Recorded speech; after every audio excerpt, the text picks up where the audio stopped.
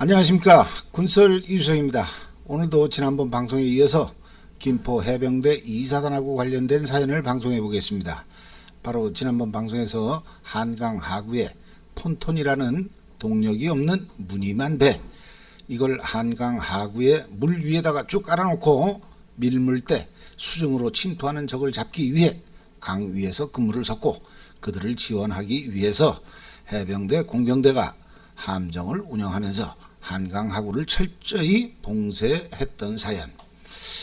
이 사연이 나가고 나니까 여러분들이 댓글이나 전화로 저한테 제보를 해주셨습니다. 그래서 제가 제보받은 내용 중에서 지난번에 한강 하구의 폰톤하고 관련된 사연을 계속해서 소개해 볼까 합니다. 먼저 댓글을 한두 개 소개하면, 한강 기동대를 통과해서, 즉 전류리 쪽에서 해병대한테 발견되지 않은 시체들은 한강과 임진강이 합류하는 지점에서 서쪽으로 좌회전, 그런 다음에 애기봉 동쪽에 있는 실리 갯벌에 자주 얹혀졌다고 합니다. 애기봉을 중심으로 해서 동쪽하고 서쪽이 활처럼 완만하게 구부러진 일종의 만의 형태를 하고 있는데, 물의 흐름상 여기로 많이 밀려왔다고 합니다. 꼭 시체가 아니어도 간조 때 한강 하구의 갈대밭 너머, 즉 갯벌에 드럼통이라든가 나중에 만조 때 불에 뜰 수 있는 이런 것들은 물살에 휩쓸려 다니다가 우리 쪽 눈에 침투하는 적으로 보일 수가 있는 거죠. 그래서 그런 물건들이 보이면 통문을 열고 갈대밭 가운데로 난 통로를 따라서 들어간 다음에 다시 걷어왔다고 합니다. 이 갯벌에 얹혀지는 물건 중에서 시체만 아니면 가난한 해병대에게는 아주 고마운, 그런 제법 쓸만한 물건들도 좀 있었다고 합니다. 하지만 돈 보따리를 주셨다는 그런 얘기는 못 들었습니다. 그리고 제가 썸네일에서 이런 물에 떠다니는 시체들을 한강 기동대가 건져냈다, 이렇게 얘기를 했더니만 댓글에서 한 분이 그게 아니다, 그건 공병이 끌고 오면 보병들이 건져냈다, 이렇게 말씀을 하셨는데, 제가 다시 한번 확인을 해보니까 역시나 그분 댓글의 내용이 정확했습니다. 특히나 한강 기동대가 아닌 염하, 즉 염하 기동대 쪽에서는 고무보드 바닥에 비닐을 깔고 산에서 잘라온 나무와 가마니를 가지고 들것을 만들어서 비닐 위에 얹은 다음 긴 낫으로, 이거 화재 대비해서 병사 주변에는 항시 그 방화사, 방화수, 또 갈퀴, 긴 낫, 이런 게 있었죠. 아무튼 그 긴 낫으로 시체를 당기고 고무보드에서 박자를 맞춰 한쪽을 누르면서 건져 올렸다고 합니다. 제가 보지는 않았습니다만 이건 일종의 IBS 원핑 덤핑 기술이 응용된 걸로 보입니다. 이거 해보신 분들 많으시죠? 해상에서 보드 뒤집었다가 다시 원위치 시키는 거. 근데 그렇게 건져 올리면 이거는 지금 식사 중인 분들한테는 죄송한 얘기가 될 것 같아서 냄새라든가 모양, 이런 건 그냥 생략하겠습니다. 아무튼 그렇게 건져다가 대공용 위점이 있으면 보안부대에 연락을 하고, 그렇지 않으면 검문소 밖에 있는 산 쪽에다 갖다 놓고 경찰한테 처리하라고 연락을 하지만, 경찰들이 제 시간에 즉각 오는 꼴은 한 번도 본 적이 없었다고 합니다. 그리고 또 74년도에 이 한강 기동대 지역에서 폰톤 근무를 하신 선배님께서 전화를 주셨는데, 제가 지난번 방송에서의 얘기는 80년대 중후반의 얘기였습니다.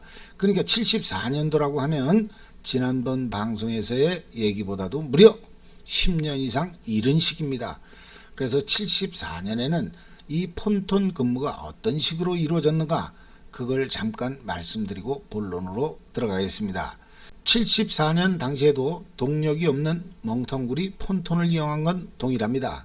총 22개의 폰톤을 운영했다고 하는데, 이러면 폰톤은 대략 35m 정도, 그 정도 간격을 유지했을 것 같습니다. 당시에는 폰톤 한 척에 하사관 없이 그냥 2명이 근무를 섰는데, 상륙 주정, 그러니까 LCVP의 소대장하고 선임하사, 그리고 대원들 22명이 타면 그 주정이 이 폰톤들을 예인해서 그날 밤 근무를 설 강상으로 이동을 했다고 합니다. 목적지에 도착을 하면 폰톤에서 닻을 내리고 대원 2명이 주정에서 폰톤으로 옮겨 타고 위치가 맞지 않으면 다시 닻을 걷어 올려서 위치를 조정한 다음에 다시 닻을 내리는. 이게 왜 중요하냐면요. 이쪽 김포에서 저쪽 파주 쪽 강변까지 일직선으로 이렇게 쫙 맞춰야 될 거 아니겠습니까? 아니 뭐 좀 삐뚤삐뚤해도 간첩만 잘 잡으면 되는 거지. 그 뭐 한밤중에 육지에서 아니 뭐 사단장이나 연대장이 뭐 올지 모르니까 오와 열 뭐 잘 보이려고 그러는 게 아니냐고요? 그렇지 않습니다. 해병대는 누구한테 잘 보이려고 경계 근무를 쓰는 게 아니에요. 어떻게 해야 무장공비를 잘 잡을까?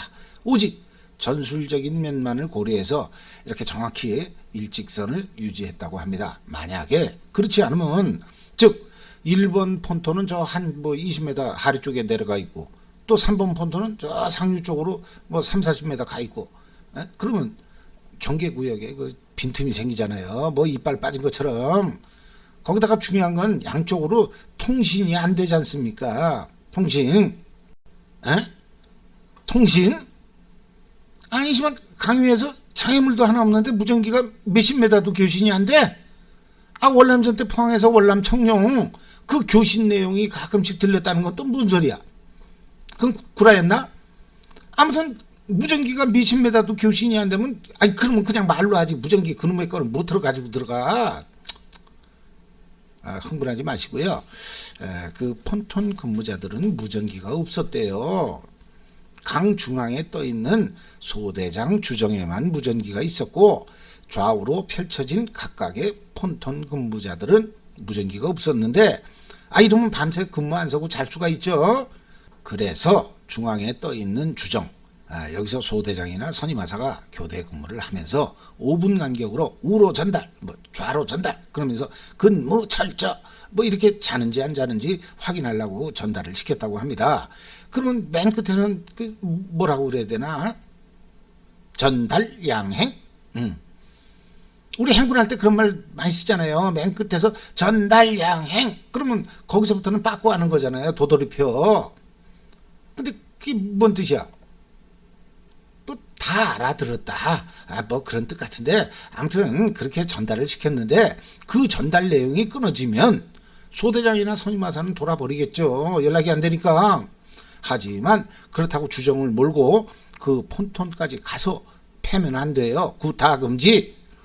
대신에 아침에 철수하고 나면 빠따 맞고 뺑뺑이 돌고 눈 뜨고는 볼 수 없는 그런 처참한 모습이 펼쳐졌다고 합니다. 근데 제가 조금 전에 폰톤이 22척인데 병력 22명이 들어가서 한 척당 2명씩 근무했다. 뭔가 이상하지 않아요?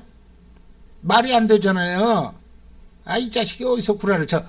막 폰톤 22척에 2명씩 근무를 쓰려면 병력이 44명 아니면 폰톤마다 한 명씩 그 근무를 쓰든가 그래야 22명 그게 말이 되는 거지. 이 새끼 알고 봤더니 국민학교 산수도 못하는 놈이네. 너 어떻게 장교가 된 거야 임마? 장교도 뒷문으로 들어가나? 니네 아버지 뭐하는 분이냐? 응? 참나 요즘 장마철 습도가 높아서 그런가 짜증들을 많이 내시네. 그게 아니고요. 폰톤은 22척이지만 중간중간 하나씩 건너뛰어서 그렇게 2명씩 배치를 했대요. 즉 1, 3, 5, 7, 9 이렇게 나간 겁니다. 그 전날 소대장 꿈자리가 이상하면 뭐 2, 4, 6, 8 이렇게도 나가고요. 그래야 이북놈들이 빨대 물고 들어오다가 대가리 들고서 전방을 탁 보니까 이때 물 한 모금 먹죠. 살에 걸려요. 그래서 들키지 않으려고 이제 무장공비 이 자식이 물속에다 입을 대고 뭐 이러다 보면 수경 안쪽에서 이제 코로다가 물은 들어가고 엄청 맵잖아요. 그게 죽을 맛이죠. 근데 눈앞에 이순신 장군의 하객진 같은 게 이제 쫙 깔려 있는 거예요. 그럼 겁나죠. 김포에서 하는 고정간첩 이 자식이 오늘 한강에 폰톤 안 뜬다고 그래서 왔더니만 이 새끼 현장 확인도 안 하고 지가 공무원이야. 책상머리에 앉아가지고 던스 이게 단판부전을 날려. 이 자식 내가 영정연락소에 복귀하기만 해봐라. 공작금 얄짤없다. 빨리 보고하러 가자. 그리고 또 무섭잖아요. 그때가 M1에서 M16으로 바뀐 지 얼마 안 됐잖아요. 그러면 7.62mm 4조 우선 좀 굵더라도 M1 8발 맞으면 굵고 짧게 간단하잖아요. 근데 이제는 그 5.56mm 많은 그 6조 우선 M16 한 2, 30발 맞는 거잖아요. 그 잠수복 입은 상태에서 그거 맞으면 무척 따끔따끔할 것 같아요. 예? 그죠? 예. 그러니까 안 되겠다, 돌아가자. 근데 밀물이야. 그러면 2시간 동안 거기서 이제 오리발 차고 헤엄쳐봤자 그냥 그 자리야. 그러다가 익사하는 거죠. 봤냐고요? 그냥 제 생각이에요. 이런 생각도 못해? 아무튼 우리는 22명의 병력으로 44명의 효과를 달성한 겁니다. 중간중간 하나씩은 공갈초소였다, 이 뜻이 되겠습니다. 이북애들, 니들 이건 몰랐지? 응? 근데 이거 50년 전 얘기야 인마. 알아봤자 지금은 좀 필요 없어. 요즘은 또 바뀌었지. 그게 궁금하다고? 그건 내 입으로 얘기 못하니까 궁금하면 내일 밤 한번 들어와 봐봐. 응? 벌집돼서 죽고 싶으면 뭔 짓을 못해. 라디오. 뭐 내일 해병대 이사단 뭐 2마리 잡습니다. 또 내일 신문에 해병대 대문짝만하게 나오겠네. 이러면 해병대 사령관 포스타 되는 건가? 포스타. 응? 합참의장도 하고. 이런 얘기는 딴 데로 센 게 아니죠. 이런 소리가 뭐는 헛소리야. 할 말 한 거구만. 아무튼 74년 당시 운영했던 폰톤은 80년대 중반처럼 콘크리트 구조물이 닻의 기능을 수행해서 항시 한강에 떠있고 그때그때 병력들이 동력선을 통해서 들어갔다가 다시 동력선으로 철수하는 그런 방식이 아니라 근무 나갈 때마다 주정이 예인해서 나가고 들어오는 그런 방식이었다고 합니다. 상륙 주정이 20여 명의 병력을 태우고 또 22척의 폰톤을 예인해서 가는 모습을 보면 상당히 장관이었을 것 같습니다. 근데 그런 식으로 운영을 하게 되면 80년대 중반처럼 와이어에다가 철침을 달아서 수중 침투하는 적이 찔리게 하는 그런 방식은 불가능했을 것 같습니다. 매일 직접 닻을 내려야 했기 때문에 닷줄은 철제 와이어가 아니라 그냥 평범한 로프였기 때문입니다. 그러다 보니까 야간 경계 근무자들은 오직 유관에 의해서 적을 탐지했다고 합니다. 자, 지금까지 지난번 80년대 중반의 얘기, 그리고 오늘 74년 한강 하구 폰톤의 모습을 자세히 보셨습니다. 그러면 지금부터는 1980년 그 한강 하구의 폰톤에서 일어났던 사건을 한번 보겠습니다. 때는 1980년 5월, 당시에는 폰톤 한 척당 하사 한 명의 대원들 6, 7명이 같이 근무를 썼다고 합니다. 그러면 이때는 운용하는 폰톤이 서너 척이었다는 계산이 나오죠. 아무튼 80년 당시 여기는 13대대 10중대의 한 개 소대가 들어갔다고 합니다. 80년대 중후반에는 하사 1명에 병 2명, 그리고 하사는 폰톤 안에서 무전기만 잡고 있었다고 했는데 80년도에도 하사는 무전기를 잡고 있었던 것 같습니다. 제보해 주신 분의 말씀에 의하면 당시 폰톤에 진입하기 전에는 항시 기상 상태를 보고 기상이 안 좋으면 근무 투입을 하지 않는 게 정상인데 이런 기상 정보라든가 하는 것들은 육군 수도군단 쪽에서 정보 파트를 통해서 내려왔다고 합니다. 아무튼 그날은 날씨가 좋지는 않았지만 그렇다고 뭐 특별히 나쁜 상태도 아니었다고 합니다. 아무튼 근무 진입할 때는 날씨가 괜찮았다는 겁니다. 근데 한밤중에 갑자기 폭풍주의보가 내렸다는 거죠. 그래서 바람이 불고 폭우가 쏟아지는 심야에 폰톤이 심하게 요동을 쳤고 거의 뒤집어지기 직전의 상황까지 갔던 모양입니다. 이때 하사 한 명과 대원 한 명이 물에 빠졌다고 합니다. 그것도 물때가 썰물, 즉 한강물이 서해바다 쪽으로 빠지고 있던 시점에 오늘 이 내용은 당시 여단 상황실에서 근무하신 분이 제보해 주신 내용입니다. 그분의 계급은 밝히지 않겠습니다. 여단 상황실에서 근무했다는 것은 당시 한강 하구의 현장에는 없었다는 뜻이죠.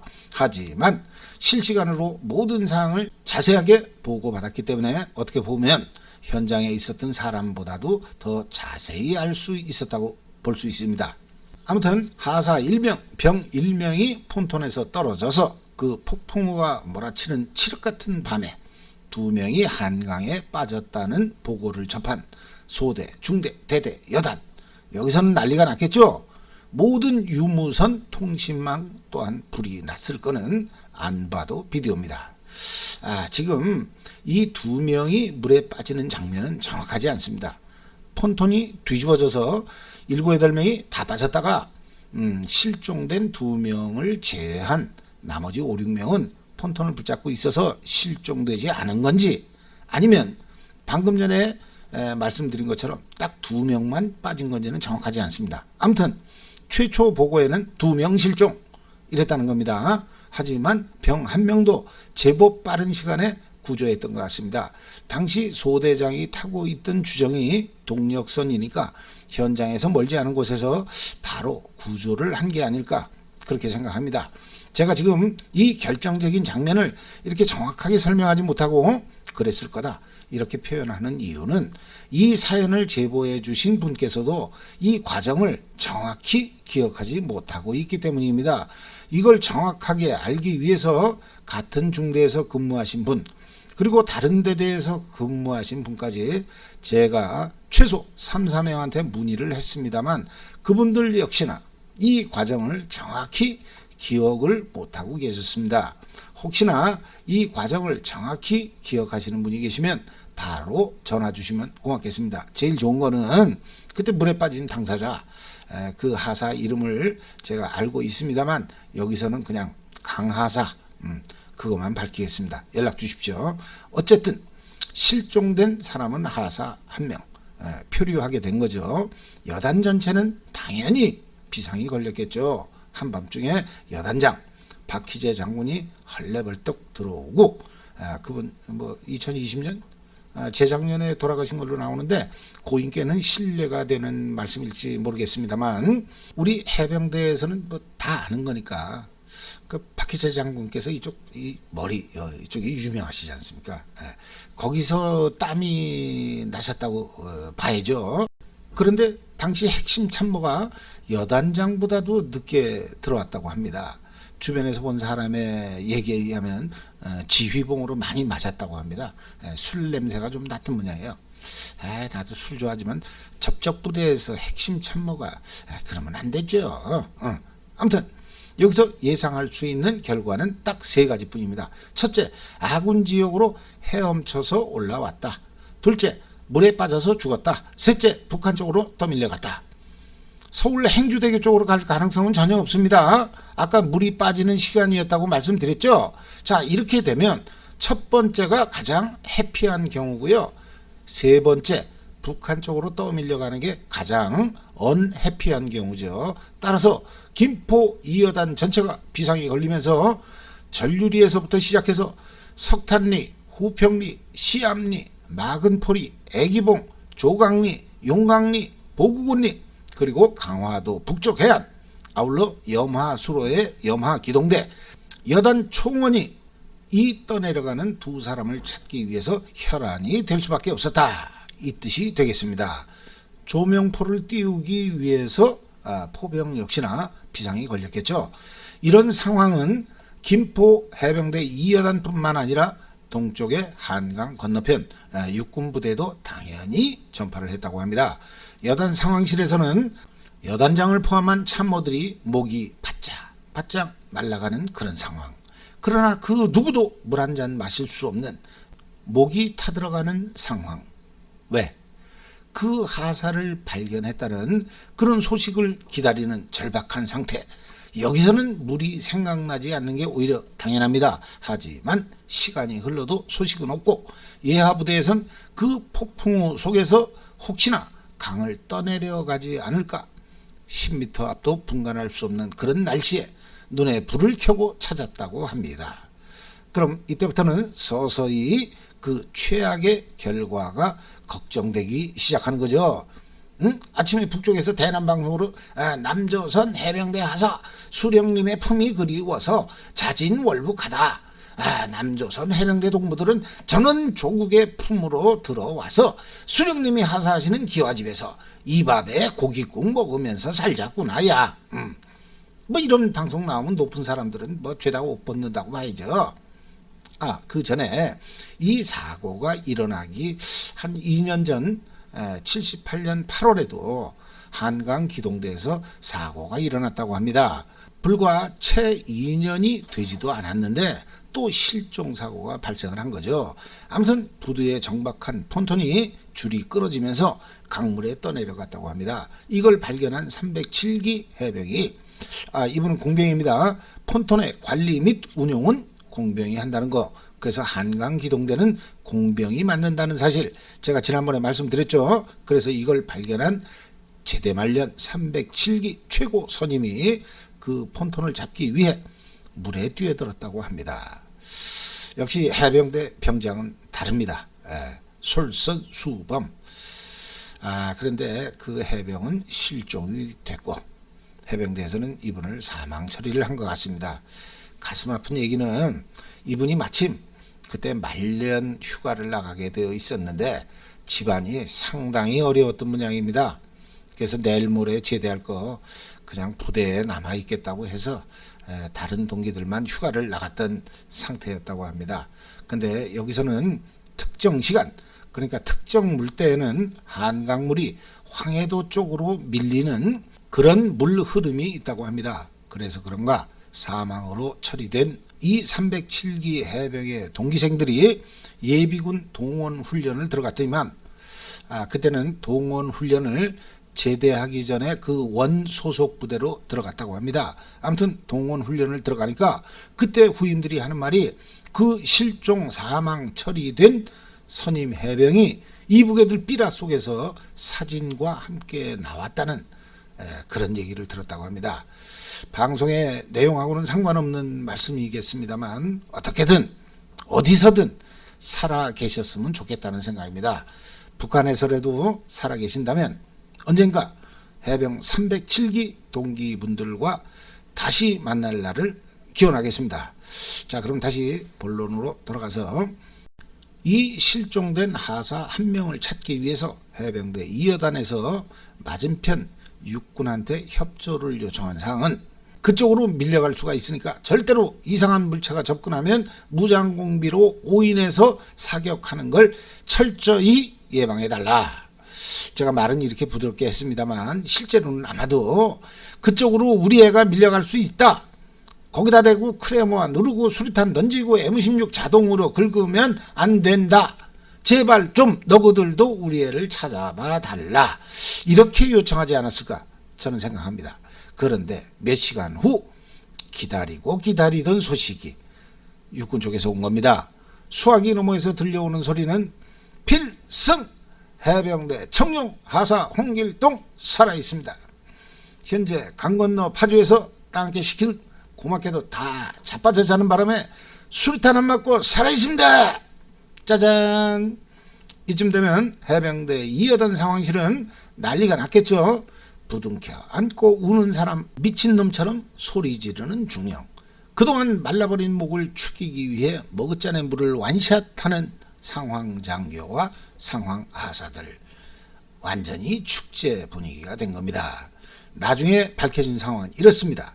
그 칠흑 같은 밤에 한강을 표류하게 된 하사는 다행히 구명조끼는 찬 상태였다고 합니다. 물에 빠지는 순간 하사는 M16 소총을 물에 빠뜨렸음에도 불구하고 무전기만큼은 그 순간에도 단단히 챙겼다고 합니다. 재미있는 것은 그 무전기를 챙긴 이유가 자신이 혹시라도 위치를 알 수 없는 이상한 곳에 표류하게 되면 그걸로 본대와 연락하기 위해서였다고 합니다. 하지만 물에 젖은 무전기가 당시 교신이 될 리는 없죠. 아무튼 본대와의 연락 유지를 위해 무전기만큼 챙겼던 그 하사의 해병 정신이 존경스럽습니다.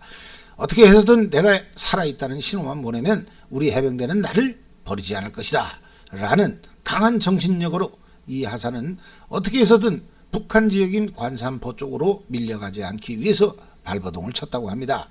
이건 정확한 건 아닌데요. 당시 이 하사가 물에 빠진 지점이 해병대 쪽 김포보다는 육군 지역인 파주 쪽에 좀 더 가까이 있지 않았나 저는 그렇게 생각합니다. 아무튼 그런 상황에서 당황해서 육지 쪽으로 사력을 다해서 헤엄을 치다 보면 금방 탈진할 수 있는 그런 상황이었는데, 이 하사는 당황하지 않고 물의 흐름을 적절히 이용해 가면서 서서히 대각선으로 방향을 잡아서 육군 지역에 상륙을 했다는 겁니다. P-77 무전기를 짊어진 채로. 상륙 직후 이 해병대 하사는 육군이 나를 적으로 오인을 한 나머지 사격을 가해오지 않을까, 그런 생각에 완전히 무장공비 그 수준 이상으로 물꼬를 따라서 아주 은밀하게 육군 경계 초소로 접근을 했다고 합니다. 하지만 거기에는 아무도 없었다고 합니다. 이 자식들이. 바로 강 건너 옆집에서 배가 뒤집어져서 실종된 병력이 있으니까 좀 찾아달라고 연락을 받았으면 개새끼들이 찾아보는 신용이라도 해야 될 거 아니에요. 서치 돌리는 전기값이 아까면 후라시라도 들고 강변을 찾아보는 게 그게 인지상정 그렇지 않아요? 이 자식들 다 연락을 받았으면서도 이런 낙천후에 어떤 간첩이 들어오겠어. 에헤라디요. 뭐 일찌감치 불 끄고 자빠져 자자. 뭐 이랬던 거 아니에요? 그 의리 없는 새끼들. 이래서 머리가 없는 짐승들은 뭐 키우지 말라는 그런 얘기가 있는 건지 모르겠습니다. 아무튼 이 새끼들 육군 28사, 25사, 1사단 얘들 임진강에서 빠져서 뭐 떠내려갔으니까 해병대한테 찾아달라고 뭐 하면 우리도 그냥 미친 척하고 족발라라 그래야 돼요. 예? 뭐 모르는 척하는 거지 뭐. 세월은 간다니까요. 그 자식들이 산동반도까지 밀려가든 흑산도 지나서 오키나와까지 가든 우리는 안면 까는 거예요. 못 봤다고 그러면 되는 거지 뭐. 아군끼리 서운하다고? 그게 할 소리냐 임마? 니들도 그랬잖아. 이 하사가요 육군 경계 초소에서 아무도 없으니까 허탕치고 결국 어디로 갔는지 아세요?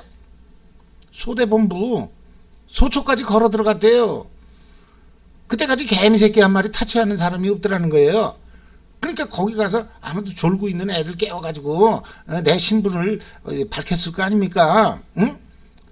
이러면 이 하사가 진짜 귀순 용사였으면 이게 바로 노크 귀순이 아니고 뭐예요?